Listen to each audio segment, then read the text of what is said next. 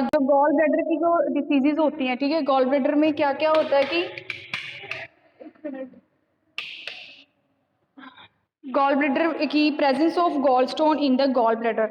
Gall stone होना, gall bladder में stone हो जाता है बेसिकली, कॉलन थाइटिस होता है इसकी वजह से, ठीक है। इसकी डिसीज़ का नाम है कॉलन थाइटिस थाइटेटिस। इसमें क्या होता है कि हमारा जो गॉल ब्लैडर है उसमें क्या होएगी, ऐसे वाली प्रॉब्लम, ठीक है। देन पेन होती है, वो आप लोगों को पता ही है, जब पत्थरी वगैरह हो जाती है गॉल ब्लैडर में, ठीक है।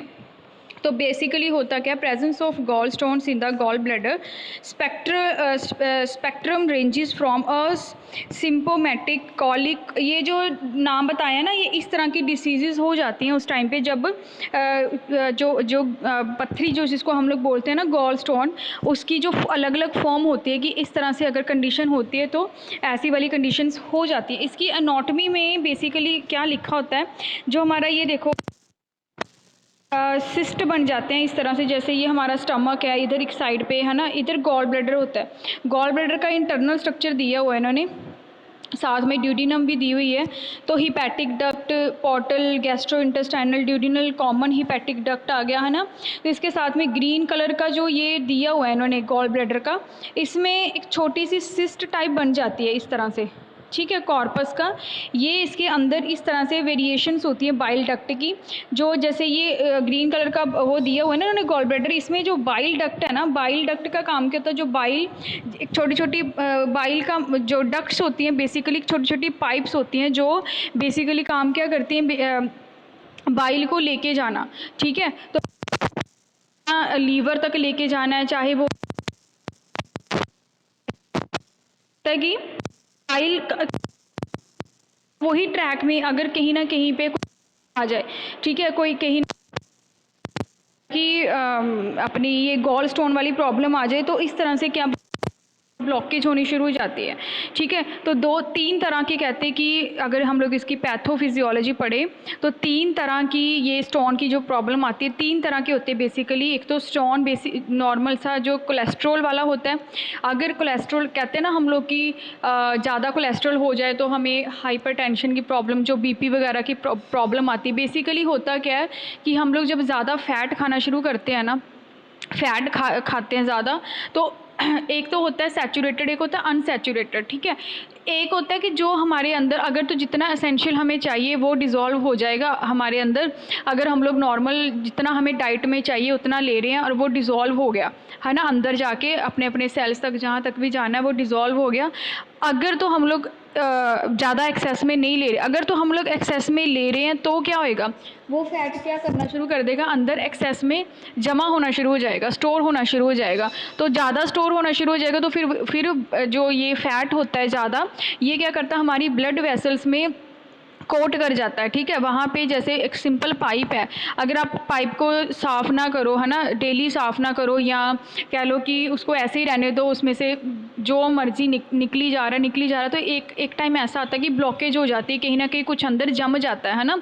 तो सेम एज इट इज़ यही चीज़ होती है कि जब फैट ज़्यादा हम लोग खाना शुरू करते हैं ना, ऑयली चीज़ें ज़्यादा खा ली या फैट के रिलेटेड ऐसी चीज़ें खानी शुरू कर दी, तो वो हमारी ब्लड वेसल्स में स्टोर होना शुरू हो जाता है। एक तरह की उसकी जो इंटरनल लेयर होती है वहाँ पे कोटिंग होनी शुरू हो जाती है, और इतनी कोटिंग हो जाती, मोटी थिक हो जाती है कि मतलब अगर उसमें से ब्लड पास करना तो उसको भी प्रेशर ज़्यादा लगेगा, ठीक है। तो एक तो उसकी वजह से भी हमें गॉल स्टोन की प्रॉब्लम होती है, कोलेस्ट्रॉल अगर ज़्यादा हो जाए तो। सेकंड होता है पिगमेंट कई तरह के होते हैं हमारी बॉडी में, अभी पिगमेंटेशन हो जानी, पिगमेंट्स कई तरह के होते हैं जो ज़्यादा एक्सेस में बनने शुरू हो जाते हैं। और लास्ट आता है मिक्स्ड स्टोन, मतलब दो तीन चीज़ों से कोज होता है वो वाला, ठीक है। तीन तरह के स्टोन्स होते हैं, कोलेस्ट्रॉल, पिगमेंट एंड मिक्स्ड, जो डिफरेंट जिसके कारण होते हैं डिवेल्प होने के हमारे अंदर। तो इसकी formation of each type is caused by crystallization of bile की क्रिस्टलाइजेशन हो जानी। बाइल का जो बाइल होता है ना हमारे लीवर में प्रोड्यूस होता है, वो एक छोटे छोटे सिस्ट की फॉर्म में ना बनने शुरू हो जाते हैं जब वो उसको एक्सेस में मिलना शुरू हो जाए कुछ, है ना। या फिर वो सपोज ऐसी कंडीशन हो जाए कि वो डिज़ोल्व ही नहीं अच्छे से हो पा रहा, या जमा हो ही जा रहा है हमारे अंदर, उसको कह लो कि डिज़ोल्वेशन के लिए या डाइजेशन करने के लिए कुछ चीज़ नहीं मिल रही।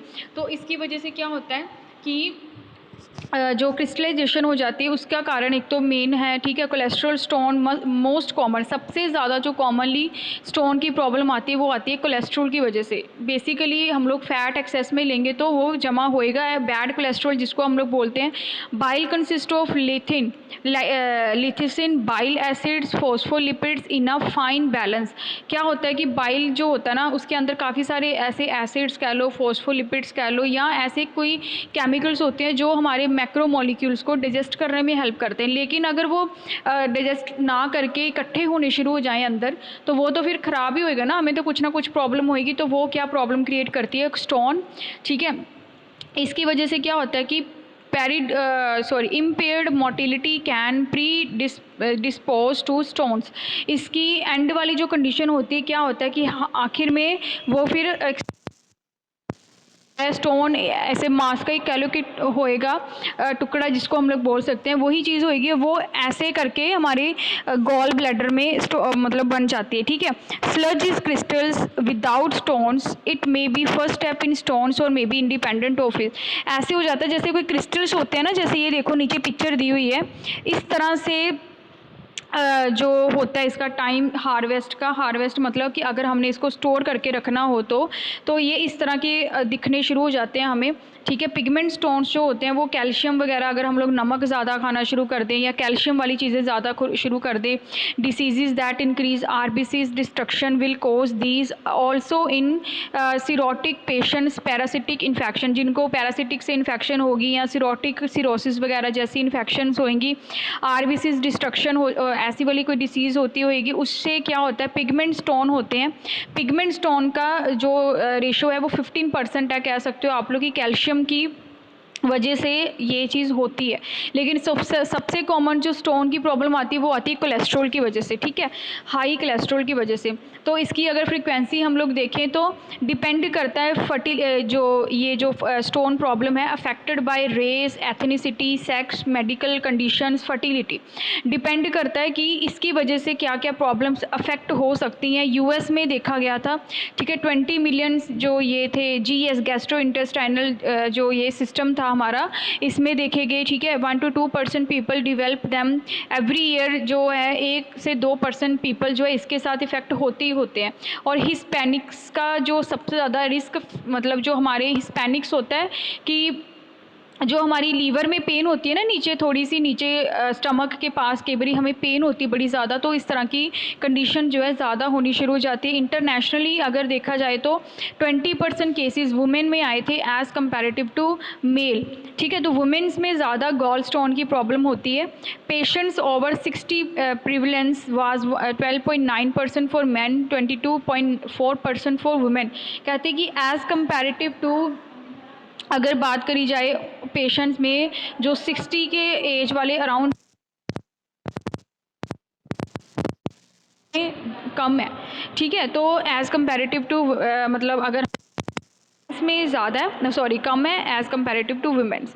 तो इसकी मोबिलिटी या मोर्टेलिटी क्या बोलती है, एवरी ईयर कहते हैं इसके जो सिम्टम्स होते हैं 1 से 3% लोगों में तो होने ही होने हैं, ठीक है, होते ही होते हैं ये चीज़ का।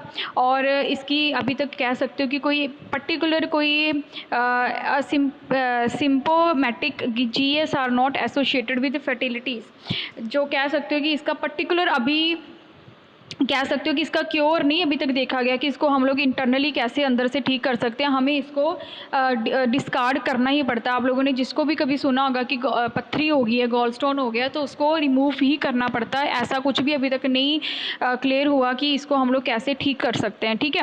तो मोबिलिटी और motility is associated only with symptomatic stones. Stones के अकॉर्डिंग ही हम लोग इसकी मोबिलिटी और मोटिलिटी चेक करते हैं कि कितने कितने साइज़ का है, कितने नहीं। अगर तो छोटा होता साइज़ तो फिर तो डॉक्टर कैसे ना कैसे ट्रीटमेंट करके इसको वाया यूरिन के थ्रू बाहर निकाल सकते हैं। बट अगर इसका साइज़ इंक्रीज़ हो जाता है तो देन इसकी श्योरिटी नहीं होती, फिर इसको डिस्कार्ड करना जो होता है वाया सर्जिकल मेथड या कैसे भी करके इसको रिमूव किया जाता है।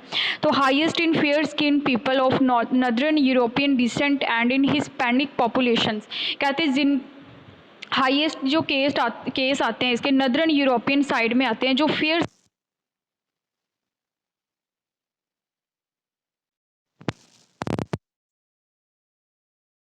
इन इंडियन इंडियंस होते हैं, ये पता नहीं कोई होगी एशियन कोई स्पीशीज़ होती होगी, जैसे कम्युनिटी होती है ना वैसे जैसे नीग्रोस वगैरह हो गए, इस तरह से एक पीमा इंडियंस भी होते हैं जहाँ पे 75% आप कह सकते हो कि केसेस जो है देखने को मिलते हैं। ठीक है, ये जो पिगमेंट स्टोन होते हैं ना जो, वो ज़्यादातर देखने को मिलते हैं। African descent with sickle cell anaemia, African जो होते हैं वो सिकल सेल एनीमिया की वजह से भी इनको हो जाता है। फिर सेक्स के अकॉर्डिंग देखें तो वुमेंस में मोस्टली कॉमन पहले ही बता दिया कि वुमेंस में ज़्यादा होता है as comparative to man. Aetiology में भी secondary to variations in oestrogen causing increased cholesterol secretion and progesterone causing bile stasis. Oestrogen और प्रोजेस्ट्रोन ये दो तरह के हार्मोन्स होते हैं। एस्ट्रोजन जो फीमेल्स में होएगा और प्रोजेस्ट्रोन जो मेल्स में होता है। ठीक है, तो एस्ट्रोजन जब कहते हैं कि वुमेंस में ज़्यादातर होता है, क्यों होता है? क्योंकि जब ये कंडीशन वुमेंस में ज़्यादा होती है तो जो वुमेंस में एस्ट्रोजन हार्मोन होता है ना वो ज़्यादा होना शुरू हो जाता है। उसकी वजह से जब कोलेस्ट्रॉल ज़्यादा सिक्रीट होना शुरू होता है तो उस टाइम पे एस्ट्रोजन ज़्यादा बनना शुरू हो जाता है, जिसकी वजह से वुमेंस में ज़्यादा केस होते हैं as comparative to women. Womens में बाइल स्टेटिस हो जाती है और प्रोजेस्ट्रोन हार्मोन जो होता है उसकी वजह से होता है। तो pregnant women more likely to have symptoms, pregnant womens में ज़्यादा सिम्टम्स आने के चांसेस होते हैं। Womens with multiple pregnancies at higher risk, ज़्यादा टाइम जो प्रेगनेंसी केसेस होते हैं लेडीज़ में फीमेल्स में उनको भी ज़्यादा चांसेस होते हैं। ऑरल कॉन्ट्रासेप्टिव्स एस्ट्रोजन रिप्लेसमेंट इनकी वजह से भी आप लोग कह सकते कॉन्ट्रासेप्टिव्स होते हैं जैसे कोई आप लोग वो सुना होगा ना दवाई वगैरह जिसकी वजह से हम लोग अडॉप्शन करते हैं। ठीक है ना, अडॉप्शन होता है ना, पिल्स होती हैं जो वुमेंस को प्रेगनेंसी रोकने के लिए हम लोग यूज़ करते हैं। तो उसकी औरल और कॉन्ट्रासेप्टिक अगर ज़्यादा लेनी शुरू कर देती हैं फीमेल्स तो तब भी ये प्रॉब्लम आती है। एस्ट्रोजन रिप्लेसमेंट अगर हार्मोन्स नहीं बन रहे तो उसको रिप्लेस किया जाता है, तब भी ये जो है फीमेल्स में ज़्यादा चांसेस होते हैं गॉल स्टोन होने की। उसके बाद बोला कि चिल्ड्रंस में ये अनकॉमन है, चिल्ड्रंस में ज़्यादा नहीं होता gall stone. It is uncommon for children to have gallstone. If they do, it's more likely that they have congenital anomalies, biliary anomalies or hemolytic pigment stone. अगर बच्चों में देखा गया तो पिगमेंट स्टोन देखा गया, बट बच्चों में ज़्यादातर कॉमन नहीं होता है as comparative to adult. So incidents अगर हम लोग देखें तो 1 से 3% ही हैं एज वाले बच्चों में, अगर 1 से 3% केसेस ही हैं जहाँ पे ये होता है। की बात करें तो ये 3 तरह के होते हैं। ठीक है, 3 स्टेजेस होती हैं इसकी क्लिनिकली, जैसे फेसेस चलते हैं ना किसी डिसीज़ के, उसी तरह इसके भी फेसेस चलते हैं। इसको पहला है असिम्प्टोमेटिक, सेकंड सिम्प्टोमेटिक और लास्ट वन है कॉम्प्लिकेशंस, जिसमें बड़ी ज़्यादा दिक्कत आ जाती है कि कई बार गॉल स्टोन का साइज़ बढ़ जाना या अंदर ही ब्रस्ट हो जानी, जिसकी वजह से साथ वाले ऑर्गन्स में ब्लीडिंग हो जाती है और वो भी साथ में डिस्ट्रॉय होते हैं। तो ये 3 स्टेजेस होती हैं गॉल स्टोन की। पहली स्टेज में जो मोस्टली 60 to 80% जो केसेस होते हैं पहली वाले फेज़ में ही हम लोग पता कर सकते हैं। ठीक है, असिम्प्टोमेटिक होता है जिसमें 60 to 80% रिकवरी होने के चांसेस आप बोल सकते हो कि होते हैं। A history of epigastric pain with radiation to shoulder में सुजेस्ट इट। इसमें क्या होता है कि बेसिकली उसकी जो एपिगैस्ट्रिक पेट के पास, स्टमक के पास पेन होएगी या फिर शोल्डर के पास पीछे वाली साइड को दर्द जाएगी। इसकी वजह से हम लोग अंदाज़ा लगा सकते हैं, सिम्टम हो सकते हैं कि हमें ये वाला जो गॉल स्टोन की प्रॉब्लम है। उसके बाद डिटेल्ड हिस्ट्री जो इसका पैटर्न था वो सिम्टम्स जो आगे जाके प्रॉपर तरीके से फिर ही हमें पता चलते हैं। Most patients develop symptoms before complication. सबसे पहले जो ज़्यादातर पेशेंट्स में क्या होता है जब कॉम्प्लिकेशन नहीं होती, ज़्यादातर मतलब लास्ट स्टेज से पहले ही सिम्टम्स आने शुरू हो जाते हैं पर्सन में और फिर ही हम लोग क्योर कर सकते हैं उस चीज़ का। लेकिन कहते हैं कि कई बार क्या होता है कि पेशेंट में सिम्टम्स नज़र ही नहीं आते और जब कॉम्प्लिकेशन 1 to 3% कह सकते हो आपकी हो जाती है ज़्यादा कॉम्प्लिकेशन, उस टाइम पे सिम्टम्स नज़र आएंगे। लेकिन कहते हैं कि ज़्यादातर पेशेंट्स में क्या होता है जब गॉल स्टोन की प्रॉब्लम होती है तो पहले ही सिम्टम्स नज़र आने शुरू हो जाते हैं, पेन होना शुरू होएगा। ठीक है, तो अगर ऐसा कुछ हो तो आप लोग अच्छे से पहले चेक करवा सकते हो। फिर उसके बाद indigestion, bloating, fatty food intolerance occur in similar frequencies in patients without gall stone are not cured with cholecystotomy. कहते कि जैसे हम लोग कुछ खाते हैं तो हमें हज़म नहीं होना, या फिर ब्लोटिंग हो जानी, जो खाया पिया होता है वो भी बाहर आ जाना, या फैटी जो फूड हम लोग खाते हैं वो हमें बर्दाश्त नहीं होना। हम लोग कुछ भी खा रहे हैं कुछ फ़ैट के रिलेटेड तो वो हमें डाइजेस्ट नहीं हो रहा है, एकदम से पेन होनी शुरू हो जानी। तो इस तरह से अगर ऐसा कुछ हो रहा है तो वो गॉल स्टोन को हम लोग रिड्यूस ही कर सकते हैं, रिमूव ही कर सकते हैं। तो इसकी बेस्ट डेफिनेशन अगर हम लोग देखें, पहले is pain that is fair in epigastrium और RUQ भी बोलते हैं, that last 1 to 5 hours, often walking patient at night. कहते हैं कि अगर हम लोग ऐसे बात करें इसकी तो 1 से 5 घंटे लगातार पेन रहती है इस वाले केस में। जो हमारा एपिगैस्ट्रम होता है, जो कौन सी वाली अपनी गैस्ट्रिक स्टमक वाली जो साइड होती है ना, लीवर और स्टमक वाली साइड, वहाँ पे एकदम से 1 से 5 घंटे लगातार पेन रहती है हमें, नाइट में खासकर जब भी हम लोग चलते फिरते हैं थोड़ा बहुत भी। तो ये इसमें इस केस में होता है। Classic cases pain is in the RUQ, एक फुल फॉर्म होगी कोई इसमें, अभी मुझे याद नहीं इसका। However, visceral pain and GB wall distension may be only in the epigastric area। कहते हैं कि जो हमारा बेसिकली, मैं आपको सिंपल सी बात बताऊँ ना, कि जो गैस्ट्रिक एरिया होता है ना हमारा, गैस्ट्रिक एरिया मतलब कि जिसमें लीवर, पैनक्रियास, अपना स्टमक हो गया या एब्डोमिनल वाला एरिया हो गया, वहाँ पे पेन रहेगी। बस आपने इतना याद रखना है, ठीक है। इसके जो फिज़िकल साइंस वगैरह जो होते हैं, अगर हमने इसको देखना है कि हमें ये चीज़ हुई है कि नहीं, तो हमें सिंपल फिज़िकल जो साइन और सिम्टम्स हैं उसी से पता वगैरह करके, ये जो दी हुई है ना उन्होंने, फीवर होना, टेकार्डिया होना, हाइपोटेंशन होनी, अलर्ट, जो जैसे सपोज़ हमें ये सिम्टम्स आते हैं जब हम लोग फिज़िकल टेस्ट वगैरह करके ही उसको इमेजिन कर सकते हैं, ठीक है। मर्फी साइन होते हैं, मर्फी एक सिंड्रोम होता है जिसके साइंस आने शुरू हो जाते हैं। तो ये देखो गॉल स्टोन का CT स्कैन दिया हुआ है, एक्सरे स्कैन भी दिया हुआ है, इस तरह से हमें पेन होती है इस तरह की, ठीक है। ये डायग्राम आप लोग अच्छे से देख लेना, ठीक है। पैनक्रीटाइटिस भी बोलते हैं इसको। पैनक्रीटाइटिस मतलब कि कई बारी जो सिस्ट बनते हैं ना गॉल स्टोन के, ब्लॉकेज हो जाती है। जैसे ये देखो यहाँ पे दिया हुआ है, gall stone blocking common bile duct. Bile duct को, जो कॉमन बाइल डक्ट होती है जिसमें बाइल प्रोड्यूस होना है, जहाँ से पैनक्रियाटिक जूस भी जाना है, वहाँ पे सिस्ट बन जाता है, ठीक है। तो सिस्ट छोटे छोटे बन जाने जिसकी वजह से ब्लॉकेज हो जानी है, और ब्लॉकेज हो जाती है तो प्रॉपर तरीके से बाइल क्या होएगा, वो अपना उसका ट्रैक एक तरह से बंद हो जाता है। तो ये फॉर्मेशन कैसे होती है इसकी, जैसे ओबेसिटी हो गया, ज़्यादा पतला बंदा भी नहीं होना चाहिए, ज़्यादा मोटा भी नहीं होना चाहिए, जिसकी वजह से भी गॉल स्टोन हो सकते हैं। गॉल स्टोन की सबसे पहले क्या लिखा हुआ है इन्होंने, जब इसका पाथवे देख सकते हो आप, गॉल स्टोन फॉर्मेशन कैसे होती है, are not confined to fair fat fertile female और 40। पहले क्या होएगा, increase concentration of conjugated bilirubin in bile. Bilirubin होता है एक तरह का पिगमेंट जो हमारे बाइल में ज़्यादा बढ़ना शुरू हो जाता है, जिसकी कंसंट्रेशन ज़्यादा बढ़नी शुरू हो जाएगी।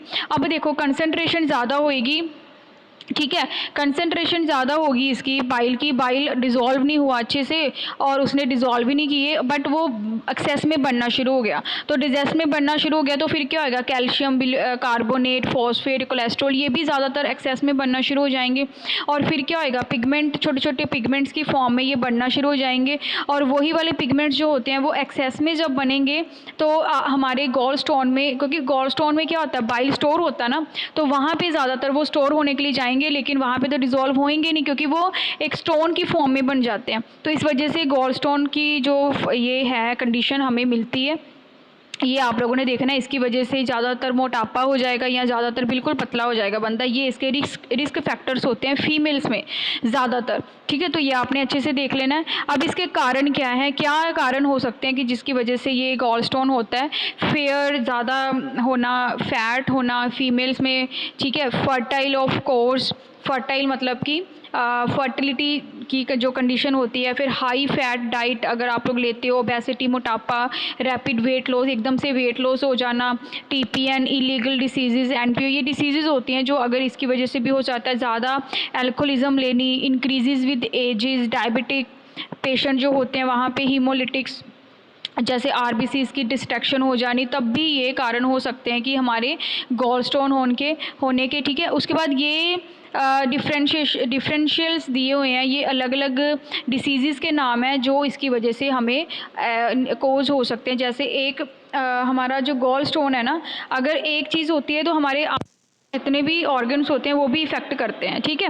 तो उसकी वजह से भी ये चीज़ें हो सकती हैं। अब देखो, अब इसका वर्कअप कैसे करना है हम लोगों ने, अगर ये हो भी जाता है तो लैब्स में हम लोग इसके सिम्टम्स देखते हैं सबसे पहले, ठीक है। और भी बड़े सारे इसके हैं टेस्ट, ये जो दिए हुए हैं इन्होंने, ये हम लोग भी पेशेंट को ठीक कर सकते हैं, ठीक है। WBC इसका, फिर रेट्रोस्पेक्टिव स्टडी होती है इसकी कॉलिन सिस्टिस की, ये भी हम लोग चेक करके भी कर सकते हैं, ठीक है। ये आप लोगों ने नहीं करना, वैसे मैंने जस्ट ऐड किया हुआ है। अब इमेजिन स्टडी है जो डिफरेंट स्टडी से हम लोग पता लगा सकते हैं, एक्सरे वगैरह या CT स्कैन वगैरह करके भी हम लोग कि उसका साइज़ कितना है, बड़ा है छोटा है, ये चीज़ हमें पता कर सकते हैं।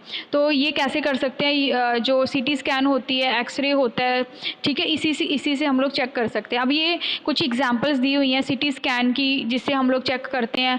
प्लेन फिल्म आती है जिसमें हमें पता चल जाता है कि उसमें कुछ सिस्ट वगैरह है कि नहीं, ठीक है। इस तरह से इसकी इमेजेस आप एक्सरे की देख सकते हो, CT स्कैन की देख सकते हो, करवा सकते हैं, जिसमें हमें 95% जो सेंसिटिव स्टोन्स होते हैं वो हमें दिख सकते हैं, 80% स्पेसिफिक कोलोनसिटिस, 98% साइंस, मतलब ये अलग अलग हैं उसके, जो हमें CT स्कैन करके, अल्ट्रासाउंड करके, एक्सरे करके ये चीज़ें हम लोग पता कर सकते हैं।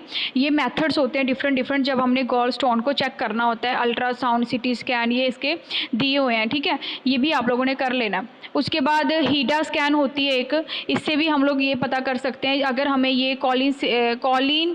कोलिस्टिनोग्राफी और बिलियरी इम्यूनोडाइसिटिक एसिड स्कैन होती है इसकी, इससे भी हम लोग ये कर सकते हैं, बट ये थोड़ी कॉस्टली होती है, ये हम लोग ज़्यादातर नहीं करवाते हैं। पेशेंट्स को रेकमेंड सिर्फ CT स्कैन, अल्ट्रासाउंड और एक्सरे ही रेकमेंड किया जाता है। अगर कंडीशन ज़्यादा कॉम्प्लिकेटेड है फिर हम लोग हीडा स्कैन जो है पेशेंट को कहते हैं करवाने के लिए, ठीक है। ये इस तरह से इमेजेस में देख सकते हो आप लोग। ये ओरिजिनल पिक है ERCP करवाने के बाद, ठीक है। ERCP की आप फुल फॉर्म चेक कर लेना। ERCP की उसमें जाने के बाद ऐसे इस तरह से जब करवानी पड़ती है, मतलब उसको रिमूव करना होता है, तो इस तरह से बाहर हमें ट्यूब डाल के अंदर की तरफ, और जैसे वो नहीं करते आप लोग, क्या बोलते हैं, मुझे अभी नाम नहीं याद आना, एक तो ऑपरेट होता ना हम लोग सिजेरियन तो कहाँ पे लेगी मैं, मतलब कि चीर फाड़ वाला एक होता है कि बिल्कुल रेस की हेल्प से हम लोग उसका अंदर से ही उसको डिस्ट्रॉय कर देना, वो चीज़। तो इस तरह से हम लोग अंदर डालते हैं, ठीक है।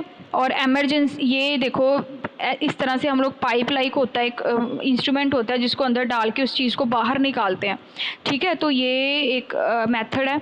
एमरजेंसी डिपार्टमेंट केयर, इसमें भी वही चीज़ दी है कि इसकी ड्यूरेशन जो होती है 4 से 6 घंटे के बीच में हम इसको बैक रेडिएशन की हेल्प से RUQ मेथड होता है एक, वो हम लोग इसको निकाल सकते हैं। ये भी आप लोगों ने करना है, आपकी मर्ज़ी है, करना कर लेना। 1-2 मेथड बहुत होते हैं। CT स्कैन, एक्सरे और अल्ट्रासाउंड आप लोगों ने करना ही करना है, बट जो अनदर मेथड दिए हुए हैं उसके सिर्फ नाम ही आप लोगों को पता होने चाहिए, बस सफिशेंट है, इतना ज़्यादा डिटेल में नहीं जाना होता, ठीक है।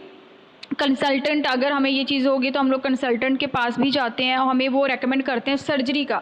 सर्जरी ही बेस्ट ऑप्शन होता है, क्योंकि अगर हम लोग ऐसे ही उसको मेडिसिन लेके अंदर अगर उसको रिमूव करेंगे ना, डिस्ट्रॉय करेंगे, तो वो कहीं ना कहीं हमारा साइड इफ़ेक्ट भी देगा। तो बेसिकली ज़्यादातर हम लोग पेशेंट को यही रेकमेंड करते हैं कि हम लोग इसको रिमूव करवा दें वाया सर्जिकल मैथड।